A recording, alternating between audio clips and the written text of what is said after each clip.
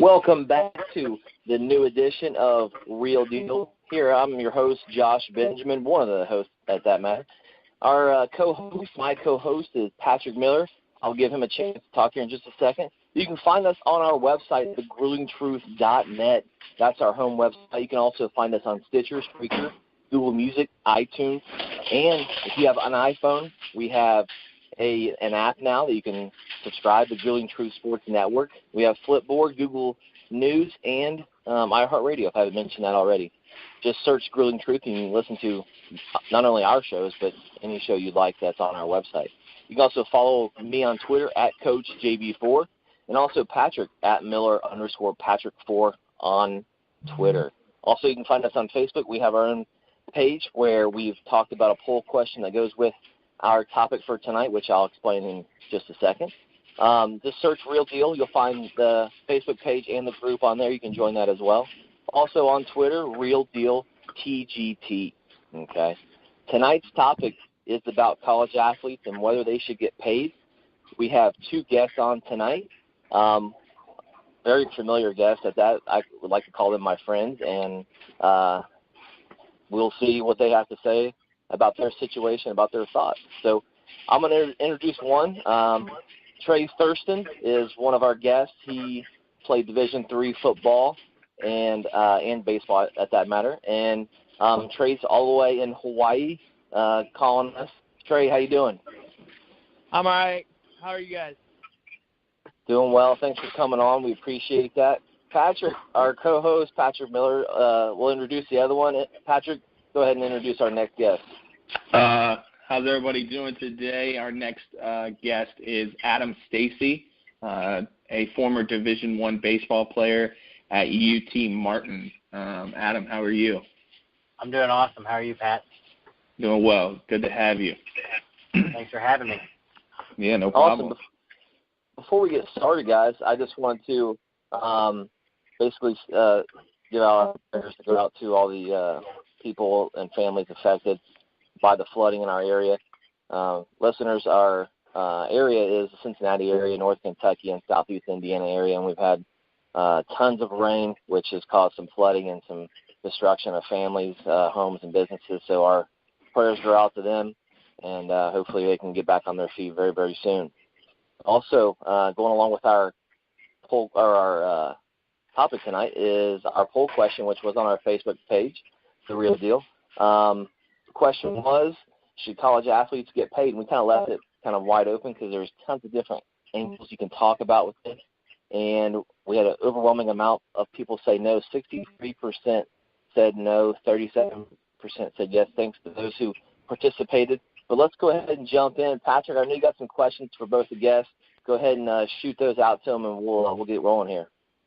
Yeah, and just to preface these questions and kind of why this is such a hot topic is in the last week, if we all remember, Yahoo Sports released an article where NBA agent Andy Miller with ASM Sports kind of turned over his expense report, travel expenses, entertainment expenses from his doing trying to pull players in, and it happened to have close to 20 Division I programs on there, a lot of the blue blood programs on there, which kind of then sparked the question and made this such a hot topic. And would this be all avoided if college athletes could get paid? So just to kind of jump straight into it, and I know this is going to be a pretty generic question for you too, and then we'll kind of dive into, the nuts and bolts of it. But Trey and Adam, we'll start with Trey first. Do you believe that college athletes should get paid? I don't at this point. And okay. The reason I say that is because there are other steps, in my opinion, that can be done before you take that step. I know that a lot of the schools that were targeted and what you were talking about kind of centered around college basketball, which is one of the main financial factories of the NCAA. But you could also jump into the college football realm and things like that all the way, Reggie Bush. This isn't a new topic either. It goes all the way back into the Miami teams back when they were the U in the 80s and stuff with Two Live Crew. And Adam, same question to you. What is your yes? Are you yes or no for this? Well, I wish I could play devil's advocate, but I would have to agree. I just think, unfortunately, with a lot of the big revenue sports giving full rides, it really just seems kind of redundant. It's almost like an arms race, especially, like you said, Trey, with basketball and football. I think it's a way of these schools are trying to almost one-up each other by offering money to the players to attract better recruits. And I think it's just the latest development in college sports. But, no, I don't agree. I don't think college athletes should be paid. Gotcha. And Trey, you brought up a good point, and that there's ways that they could possibly supplement their income or supplement some financial aid to them. What are some ways that are some steps that you think that they could take? Something that I may have thought of is allowing the players to work camps and being reimbursed or stipend that way. Maybe allowing them to do autograph sessions or different things like that. But it's kind of, a catch-22. And if we do supplement their income somehow, and Trey, maybe you've thought a little bit more on this, if we do supplement it, where do we draw the line in the sand to say, okay, you can work camp, but you can't hold autograph sessions. You can do this, but you can't do that. So what do you think about that, Trey? I don't think there is a good point at this particular scenario where you can draw the line. I mean, you have to set the basis first, and the reason that I say that is because these smaller sports or smaller programs aren't even getting full rides. Adam will be able to comment on this better than I will, playing Division I baseball. Baseball only gets 11.7 scholarships to fill an entire roster. And that's a 25-man, 40-man roster, whatever you want to view. Football's got, 90 for 100 kids? And there's another NCAA rule that you can only offer a certain percentage of a scholarship, so you can't, all right, I've got 11.7, I've got to fill a 40-man roster, so everybody gets this percentage, or, it doesn't work in that scenario. I think you almost have to make it so that these athletes are treated fairly completely across the board before you even look at that. Now, you're talking ways to supplement the income. I think that there are unique opportunities there, but I think as long as they've got the school name across them and they're enrolled, they can't represent the school, be that at camps or whatever. Now, if you're signing autographs, in my opinion, now you're representing yourself. You're not representing your university. You're not, participating in something that you're representing as a, quote, amateur. You're representing yourself. Right, and that would make you a pro then, or make you pro status. I would think it would take away your amateur status, which I completely agree with. Right. So, Adam, speak on the baseball half, on kind of how it worked at the Division I level and some of the things that Trey was talking about. Yeah, so, I think the disparity, unfortunately it is Division I, but I think the disparity amongst, particularly baseball, with the big revenue sports, there's not as much, and there still is, especially with basketball. You look at basketball, I don't know what the number is off the top of my head, but I would be willing to guess there's probably close to about 200 Division I basketball teams. The same as with baseball. I mean, we were Division I, but the Ohio Valley Conference isn't a huge conference, particularly for baseball. So, we're busing everywhere. Most of the travel is very regional. If you look at some of the bigger schools in the Big Ten that maybe not quite known for baseball but have the bigger budgets because of, their football teams or their basketball teams, they have the money to fly to Florida, to California. But, it's interesting, we're on the subject of paying athletes. I mean, we're already seeing that with last year. I mean, just last year, colleges and in particular conferences are giving cost of living stipends to players that are under scholarship, and it's really dictated by the percentage of scholarship that you're getting. So, with baseball being 11.7 scholarships, if you're only getting 50%, you're getting a 50% stipend for whatever that tuition fee is. Now, as far as representing themselves and making money off autographs or photo shoots or what have you, that's a different story. So, let me jump in here for just a second. So, I just want to ask both of you guys the same question, and I have a reason why I'm going to get to that. So, Trey, about how many hours a week would you spend just getting ready, games, practices, meetings, training for 1 week of football or baseball? Your choice. Well, since Adam's a baseball guy, I'll go ahead with the football. Football, we would have multiple 2.5, 3-hour practices a week. Then outside of that, you're given film studies and things like that. So I would say, not including the game, 25 hours a week. So if we were to add the game along with that, that would be roughly 30 to 33-ish. Would you agree with that? Yeah, probably. Something like that. Okay. All right. Adam, what about you? What about from the baseball side?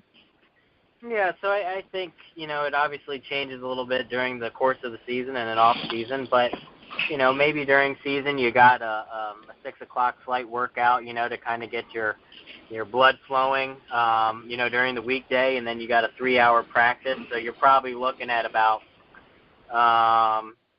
during the week, you're probably looking at about 20 hours, and then you got 3 games a week. You got your Friday night series or your Saturday doubleheaders for some conferences, and then your Sunday games. So I'd say anywhere from 20 to 28 hours a week, maybe.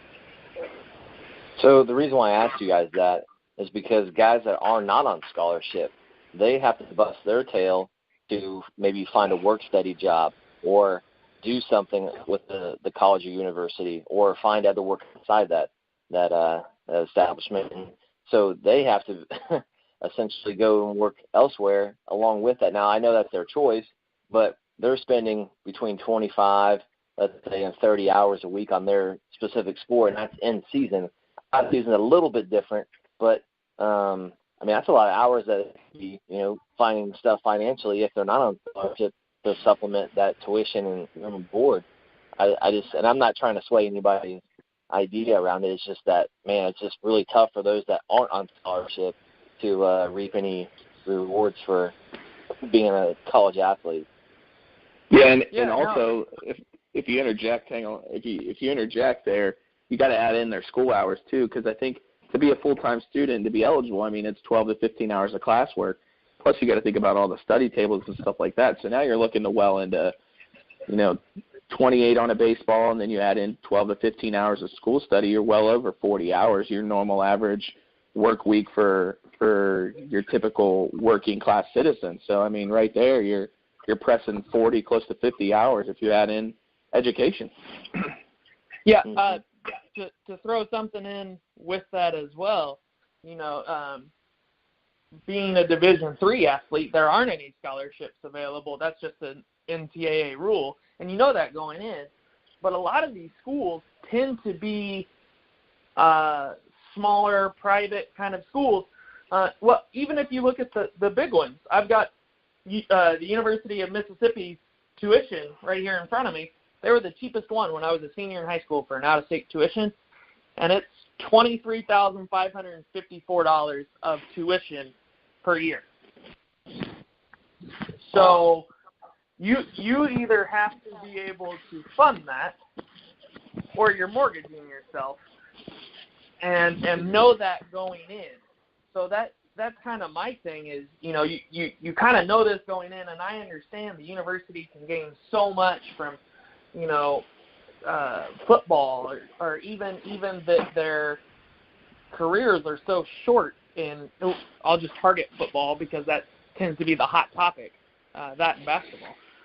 Their careers tend to be so short, why can't we get them ahead of time, and I understand all that, but you got to think you're getting $23,000 a year that Joe Schmo who goes to Franklin College in Indiana doesn't get because of your scholarship, your football scholarship, your baseball or your basketball scholarship, whatever, and that's one of the cheaper schools. You look at the University of Miami, it's over $45,000 a year.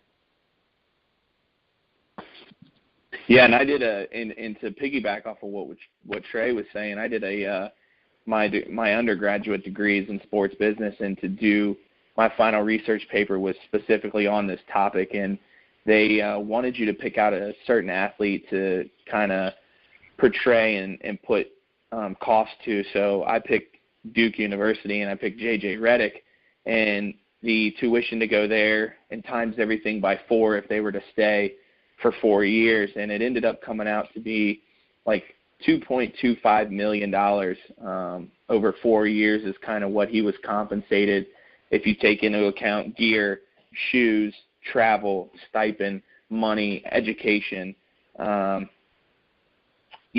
different things like that. And we don't even take into consideration the resources these guys get, whether it be, personal training, study tables, those types of things, where if it was just me or you, average Joe Schmo, and we were going to Duke and we wanted a personal trainer, we got to pay per hour. If we wanted a tutor, we'd have to pay per hour. We'd have to do all these things, per hour. So, if it was me, you, Adam, Trey, I think we would take $2.25 million in over a 4-year span.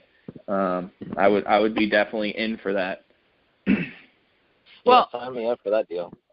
Yeah, I know, right? I'll play devil's advocate for just a second. Let's say they do get paid, just hypothetically. And Patrick and I were kind of talking about this before the show started. What system can you set up so that it's equal across the board? Just, we agree they should get paid. What's keeping, girls swimmer or girls diver and Mark Walton, running back for the University of Miami, that won their first 12 games this year, what's keeping them paid the same? Well, I think that you're totally right when I think you're leaning towards, the very popular player, the one that brings in a lot of money, like J.J. Redick or Mark Walton, as opposed to the track and field person or the volleyball player or whoever that is not a highly revenue-driven sport. I think there's got to be, if we do agree upon this, and hypothetically, I'm with you, if you have to have some kind of pool of money, whatever that is. I don't know where you get that. I don't know if it's in my backyard. I hope it. I wish it was.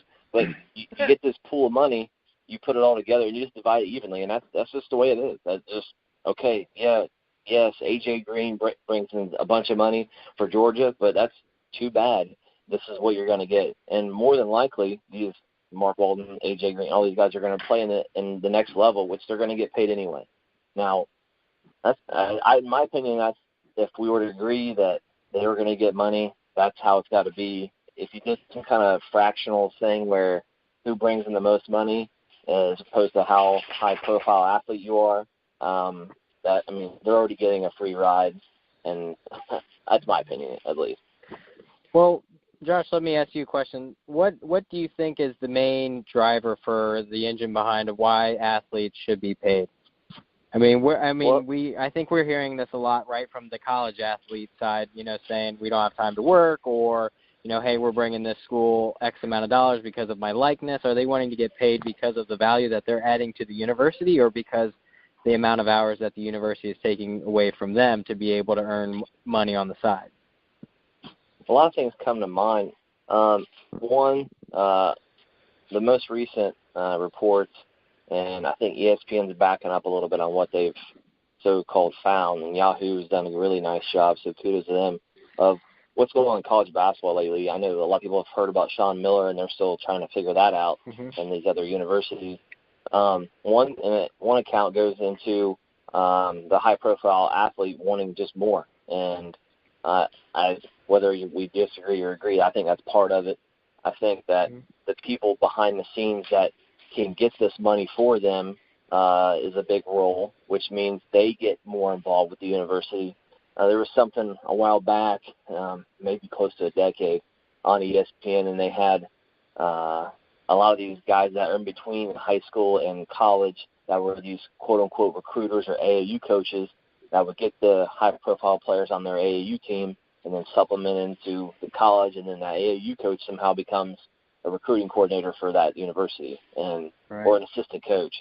I think there's just a lot of greed, and it's just I can't explain. I mean, it's just straight greed when it comes to things like that. Well, entitlement too comes from some of the players as well, in my opinion. And it's probably because they see all these different people talking about and asking about money, and so those are two things that come to mind: is entitlement from the player, which comes from either parents or AAU coaches or high school coaches or college coaches or recruiting coordinators, whoever, but also that high-profile athlete just being greedy, or that family just being greedy. So, well, I think if I could just interject real quick, and Adam, great question. The biggest thing in what I've been hearing and what's driving this is the situations that a lot of these kids come from is kind of what they're saying drives this. You've got a lot of inner city kids. You got a lot of kids that are coming from nothing that basically want to take care of mom and dad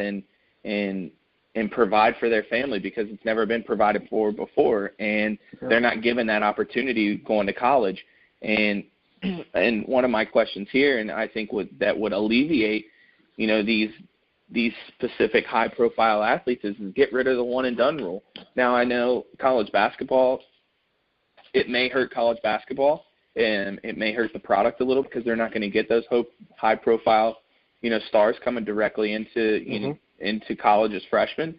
But then again, I think it'll help college basketball too in the sense of parity, in the sense of you're going to get the kid that's invested in the university and playing for what's on the front and not on the back.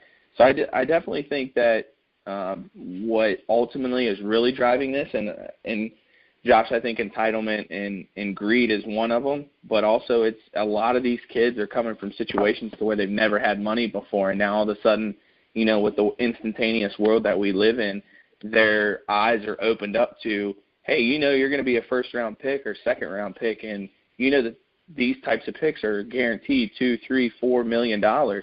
So that's why you see some of these high-profile football players taking insurance policies out on themselves because, they can't come out right away from college. So I think that's what's driving it the most is these kids' backgrounds and their financial situations because they've just never been exposed to this type of money and fame before. I'd like to speak on that topic just a little bit because, thinking about it, right? So if you're going to make a level playing field, earlier in the discussion we talked about what about the kid that's a preferred walk-on, right?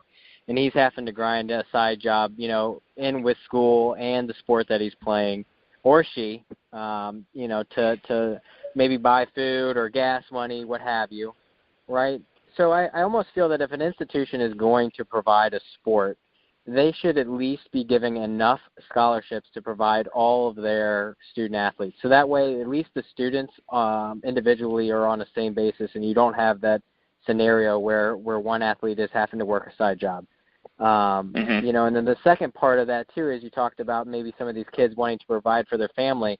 I mean, that's where we're talking about it's a semi-professional, they're not professional athletes, right? So providing for your family, one, the college is giving you an opportunity to get a scholarship to better your life and to get a good job, and then in turn provide for your family, to provide for your mom and dad. And second off, if you're wanting to make a big buck and you want to turn pro, that's why it's the one and done. So really it's a personal decision, and I know we hit on kind of personal greed, but it's kind of funny that they want to kind of interject their internal thoughts onto, well, we are entitled to this because we're doing this. I mean, if you take a look at a guy like Johnny Manziel, who was a great college quarterback, he probably brought a lot of fame and attention to Texas A&M at the time, but now look what, he hasn't really done much in the NFL and probably won't, kind of wasted his opportunity. So let's look at the value of what he did for Texas A&M football at his time there. Was it really enough justification for him to be making any kind of money off of that?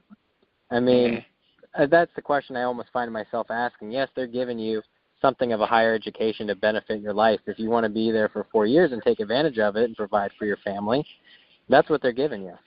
So that's my 2 cents. Well, one thing on that. I come, as I'm sure most of us kind of are in this particular area, we're rural area, kind of, maybe even in Cincinnati, you get into that kind of bigger city feel. But not a lot of us come from that inner city. I know I'm talking about the University of Miami a lot here, but the 30 for 30 that they did on the University of Miami called the U, they actually hit on that because the guy from 2 Live Crew supposedly, it was never proven, supposedly gave money to players for playing well. But he came from a similar situation. They were inner city. They had kids at that time, and they had to provide for their families. So the Beanie Blades and those kinds of guys that had families and had to take care of their kids, their situation was different. They had to have that kind of money. And they couldn't come out because most of the rules said you had to stay 2 years or, whatever.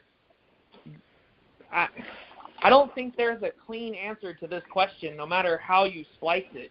Even if you say, no, they shouldn't get paid, or yes, they should get paid, there's really not a clean answer. You're going to have a what if and this scenario and that scenario, no matter how you answer it.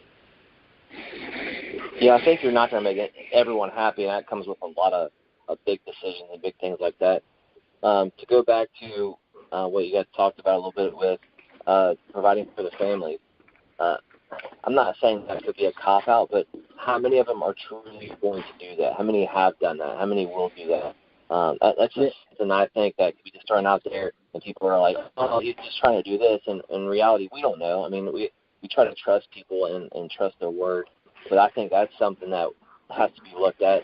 And then the other thing is, how long have those players and kids have been told for years that they're going to get paid, that they're going to go to this magnificent university and they're going to have everything handed to them and things like that? That probably starts back in middle school, I would almost guess, if not early high school years. And so these inner city kids or whoever that we're trying to target maybe or talk about more so that get these scholarships or get this type of gig, it's been exposed, not necessarily firsthand, but they've been told so many times that they're expecting to get it. And that's where I was trying to go with as far as the entitlement. It's coming, and they're waiting for it. They should be getting it because they were told they're going to get it no matter what. But I digress, and I just want to go ahead and pause for just a second and thank MyBookieAG for being our sponsor. Go on MyBookieAG, which is on our website, thecoolinggtruth.net. You can find the large banner right in the center of the website. Go ahead and click on that. Go ahead, make your bets on MyBookieAG. So thank you, MyBookieAG, for sponsoring our show. So, Patrick, I know you had some more questions you want to ask about college athletes getting paid. Go ahead and shoot.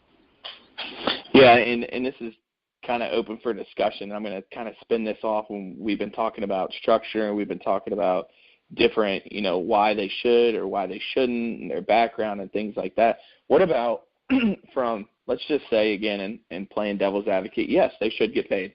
How are we as the NCAA or even the state or federal, how are you going to tax these guys? How are you going to say, because if pro athletes, everywhere they travel, whether you're a Pittsburgh Pirate or San Francisco Giant or Cincinnati Bengal, you get taxed at every place you travel to and work. So if Cincinnati goes to Detroit and plays a game, they're paying Michigan State taxes, and it's clearly listed on their paycheck as that. So if we do pay these college athletes, and how are their paychecks going to look?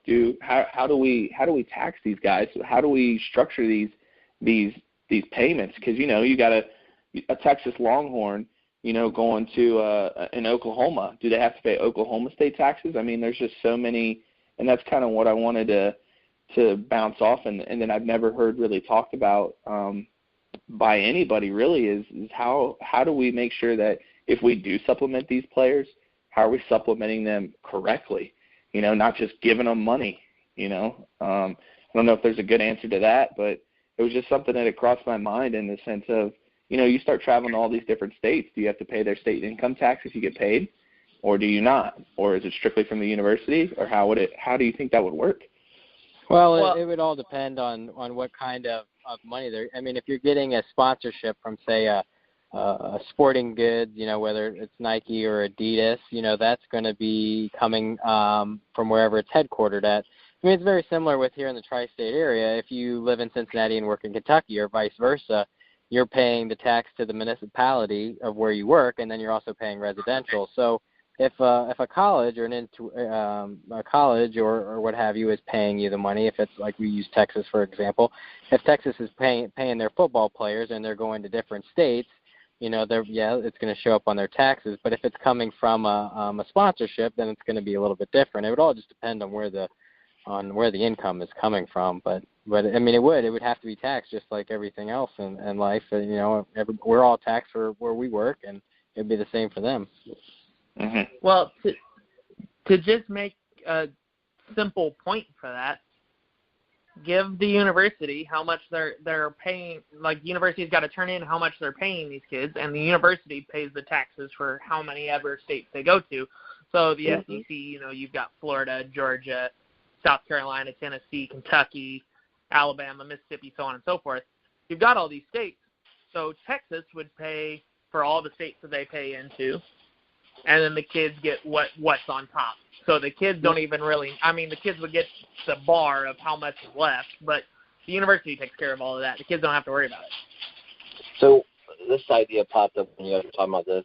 So what if alumni and the sporting goods such as Nike, Adidas, etc., somehow bring this pool of money – I'm going back to the pool of money – and they put it into this investment fund, and it grows, and that's where they pull that money from. So will they ever lose money? I don't know, even if that's a legal thing, but I think that it may be something.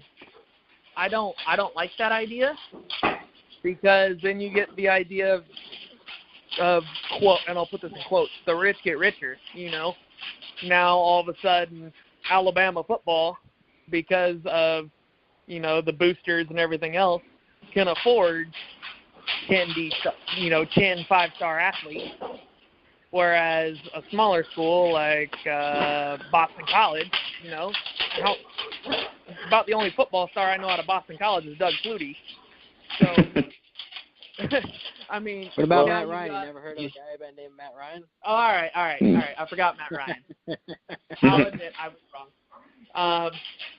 But you've got these athletes from Alabama that can reinvest in their program and help the next kids, whereas the Boston College kids, they might be only making $40,000 on graduation and can't devote money back to Boston College's funds to help the next group of athletes, and so on and so forth. Well, I think that the NCAA would have to jump in and have to have all the conferences come together and make a one stipend type of deal for every athlete in America that's at a college institution. Now, the money would be the same for everyone. It'd be, let's say $200 a week. This is what everyone gets every time. It's already taxed, like you said, from the university, and no matter if you're the best player in the nation, you're a Heisman Trophy candidate, or if you're on that track and field team where you throw biscuits or whatever. And so I think that if you have everyone involved and everyone gets the same amount, no matter what the alumni, no matter what sporting goods the sponsors throw in there, that investment fund or whatever fund that is continues to grow with that money staying in there, because they don't use all the money in 1 year. They continue to throw on top of that whatever they get. That's all bonus, and they just hold in that account and they distribute accordingly. Yeah, and I think the reason the NCAA takes kind of the high road on this is just for simplicity reasons, and the NCAA says no for the simple reason that if they said yes, it would just be too hard to structure. It would be too hard to, and as Trey was saying, rich getting richer, and all these kids are going to want more. Josh, if we pay everybody $200 a week, let's say, now you're going to want the kid that wants $201, and you're going to want the other kid who wants $202, and it's still not going to be enough. And I think the NCAA gets it right here in the sense that they shouldn't. I just think that there should be different or stricter rules put in to kind of alleviate some of the problems, getting rid of the one-and-done rule and things like that. But I definitely think saying yes to paying these college athletes, regardless of what division, regardless of what sport, would just cause way too many headaches. And and it would just open up a can of worms that it would be almost uncontrollable, where you would start seeing the rich getting richer, and you would see the New York Yankees of the NCAA start to explode, like the Alabama footballs and the Ohio State footballs that can just afford just to do more, just to based upon their fame, because there's really, once you open that can of worms, man, there's just no stopping it. Not to throw a monkey wrench in, but there are already conferences that are paying cost of living stipends to their players. Right. And it varies from conference to conference. I mean, if you look at take for example the MAC right now, the MAC is paying a cost of living stipend to all of its college athletes that are on scholarship. Now the cost of living stipend varies based on how much percentage of that scholarship you're getting. And the NCAA doesn't govern what sports you have to do it for. You take a look at the Ohio Valley Conference, they're only giving cost of living stipends to basketball and football and no other sports. So it's really left up to the conferences to dictate what they're going to do as far as stipends. But I do know that it fluctuates from city to city. So your cost of living stipend, and for instance, in California, if you go to University of Cal, is going to be more than if you live in Oxford and you go to Miami, just because the cost of living is down. But that's not them making a paycheck like them getting a major endorsement deal. That's just to cover from like what we talked about, if they have to pay for gas to drive from one end of the campus to the other, or if they have, to buy diapers because they have a 1-year-old or what have you. But they are doing that now. They started doing that from 2015 to 2016.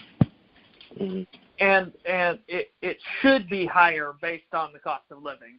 And the reason I say should is because I'm out here in Hawaii. Cost of living is astronomical. The only place that's higher is, I think, Manhattan. But the UH programs can't keep up with this cost of living because of the simple fact cost of living is so high. I read it when it first came out in the newspaper out here that it doesn't even pay a month's rent in half of the island. Right. So wow. The question also that goes with that is, what do they need this money for? And I know Adam alluded to some of that. Like laundry, that's on campus. Maybe they make that free for everyone, and maybe that's too much. I don't know, and that's a part of their expenses that they put into tuition that they could possibly get a scholarship for.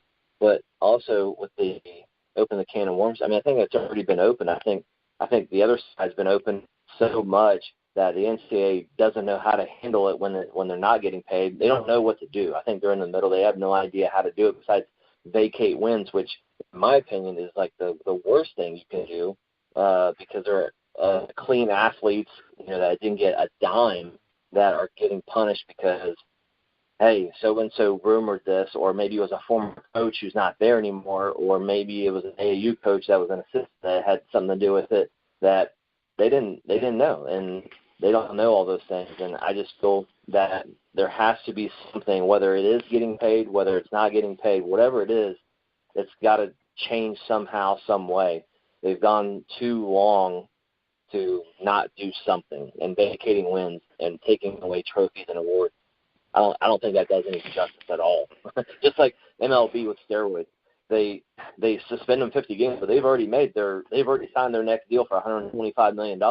They're good to go. They could care less. Yeah, you got to hit the schools where it hurts, and I think the same with professional athletes and where it hurts too. And I think it's a joke sometimes. This is a whole nother topic of fining people, but you got to fine them, and it's got to hurt. It's got to take scholarships away. It's got to do something to where it hurts, and they're at a significant disadvantage for this. We saw Penn State football suffer from it, and I think the NCAA was right in what they did, and they really handicapped Penn State football, and that's what they should do, and it should affect their program moving forward, not affect their program going backwards. So it gives, a coach makes a mistake or pays a kid, then, if he's to stay at that university or the university is responsible as a whole, they take scholarships away. And now moving forward, guess what? Your basketball program is only going to have 6 scholarships now. Good luck. And that's what the NCAA should say. Well, it's funny because the NCAA is just a governing body. If there was say you pick the top biggest 20 college institutions, if they wanted to go out and make their own governing body like the NAIA did, they could go out and do that and say, hey, look, we're the biggest 20 schools in the country. We want to pay our players. We can out-recruit everybody that's left in the NCAA. And if they wanted to do that, they can do that. There's nothing that's stopping these college institutions from doing that. They choose to hold the NCAA to govern and keep everybody on the same playing field.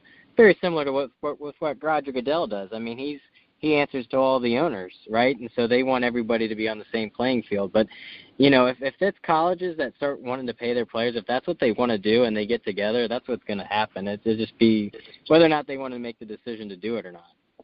Mm-hmm. And we also have to remember, too, that they had these big universities, and I don't know their specific contracts or what they've signed with the NCAA, and I'm sure they all don't expire at the same time, but they're definitely signed into a contract to be a part of the NCAA for X amount of years. I don't know how long that is, but I know NKU got nicked transferring conferences twice and moving up a division. I know UC got nicked as well.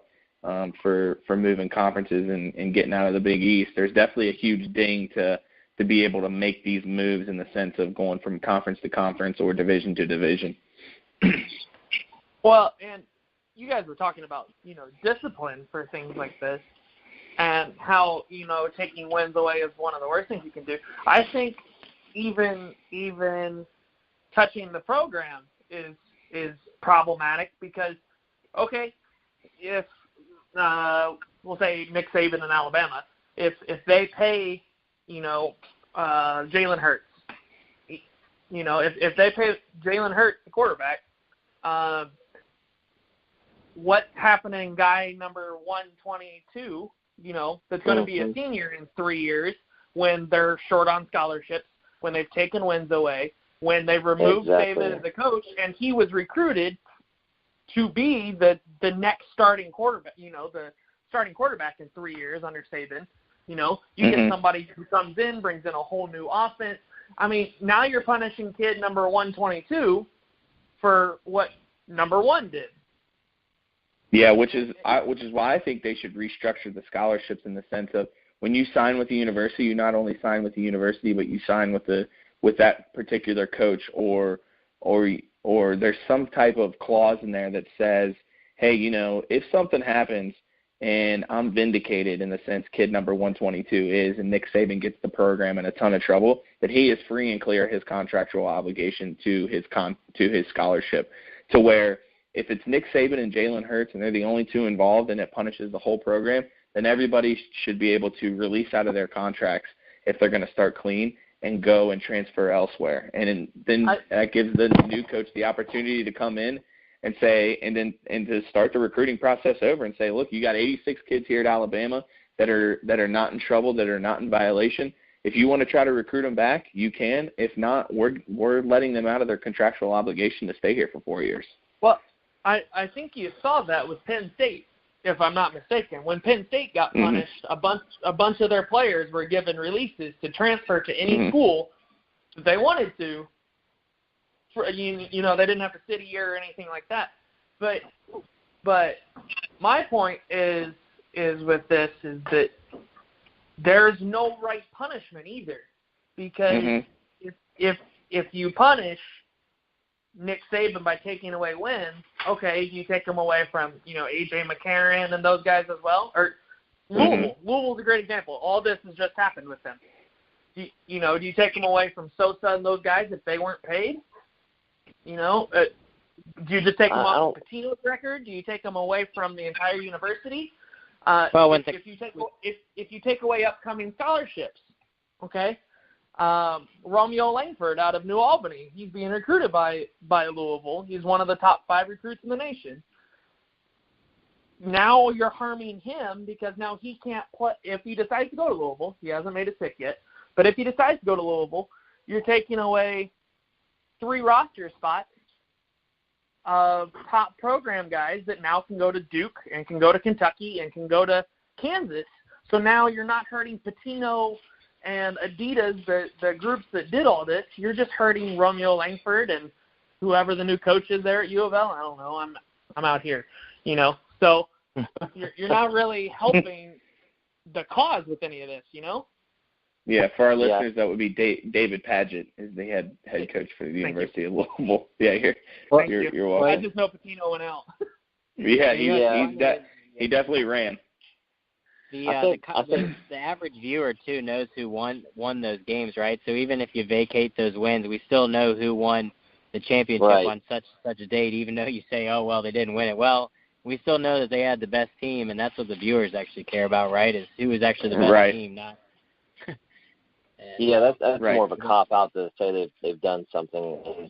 The people that are involved obviously are players, young adults, 18, 19, 20-year-old kids, in my opinion. Even though they're labeled as an adult, they're still kids. They're still immature. I mean, I'm 33. I'm still immature. But, you know, the adults. Yeah, you can. The adults have to be somehow disciplined, whether they remove the whole staff. And unfortunately, you know, maybe there's one clean guy in that staff. I'm sorry. I don't know how you didn't see it. All these guys are, quote, unquote, dirty. We're getting rid of the whole staff. And you hurt the program because I think, like Trey alluded to, you put the back, and that hurts the guys that are coming in next. And that's not, you know, that didn't hurt anybody that was there before, whether it was a player that was a part of it. I just don't. That's the part I don't know how you fix. Well, I think is the player. Josh, you should give that coach a lifetime ban. I mean, let's take a look at a guy like Pete Rose, who's lifetime banned from the Hall of Fame. Why can't you take a coach that, you know, was found of wrongdoing? If there's evidence to back that and support that in a court of law, then you have a lifetime ban on coaching. You're no longer allowed to coach in the college ranks, right? Best of luck to you. Move on to the professional ranks. But I think part of it, you do have to hold the university liable. I mean, with all the stuff that's coming out on Michigan State and the abuses that were taking place there with the sexual abuse issues, you got to hold the actual institution liable. You can't just say, well, it was one bad coach and nobody knew about it.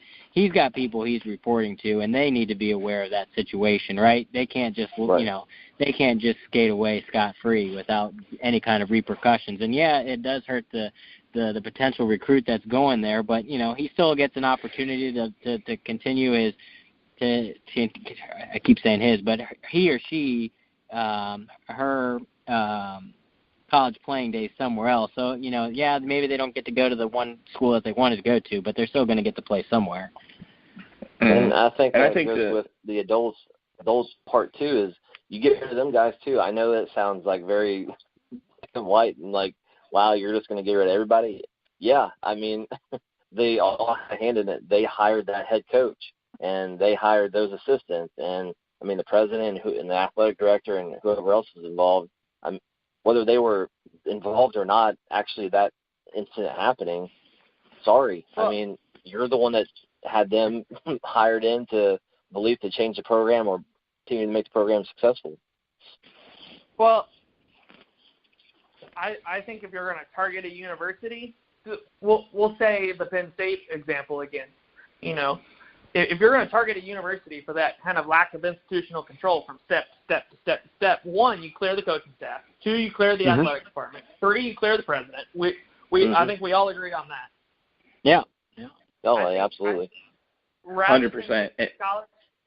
Rather than take scholarships and rather than take wins and things like that, hit them where it hurts. Money talks. Exactly. Find the school. I had it pulled up a second ago. There was an Outside the Lines report in 2016 about the top 6 schools earning so much, and I think Texas A&M was number 1 with like over $150 million.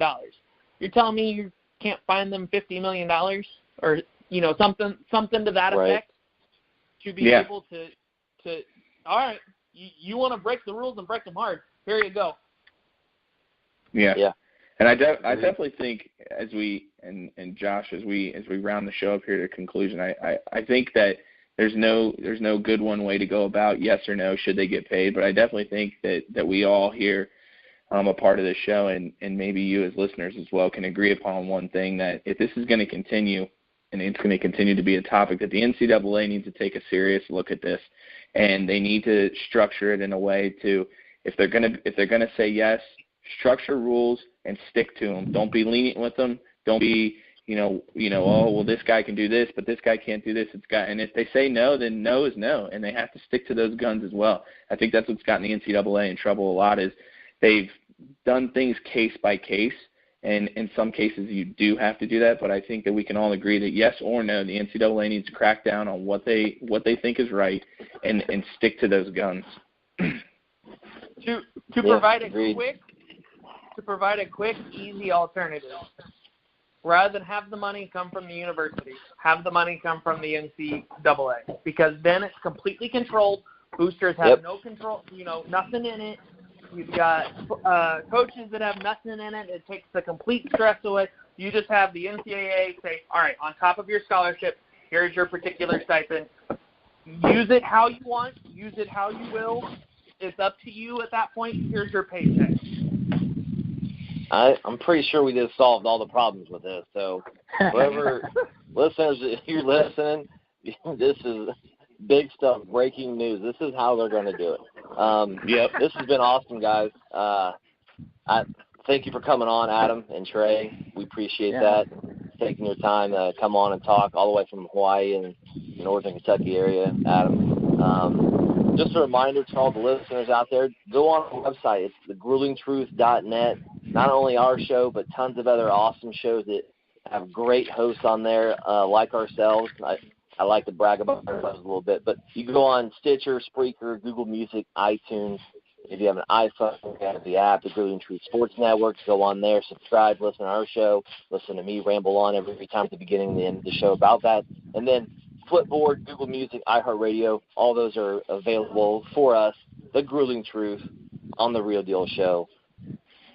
Awesome, guys. Thank you very much again for coming on. We really appreciate your input, and listeners, I'm sure they'll enjoy that. So for my co-host, Patrick Miller, this is Josh Benjamin. Thanks for listening to The Real Deal Show on The Grueling Truth. Until next time, be real with what you say.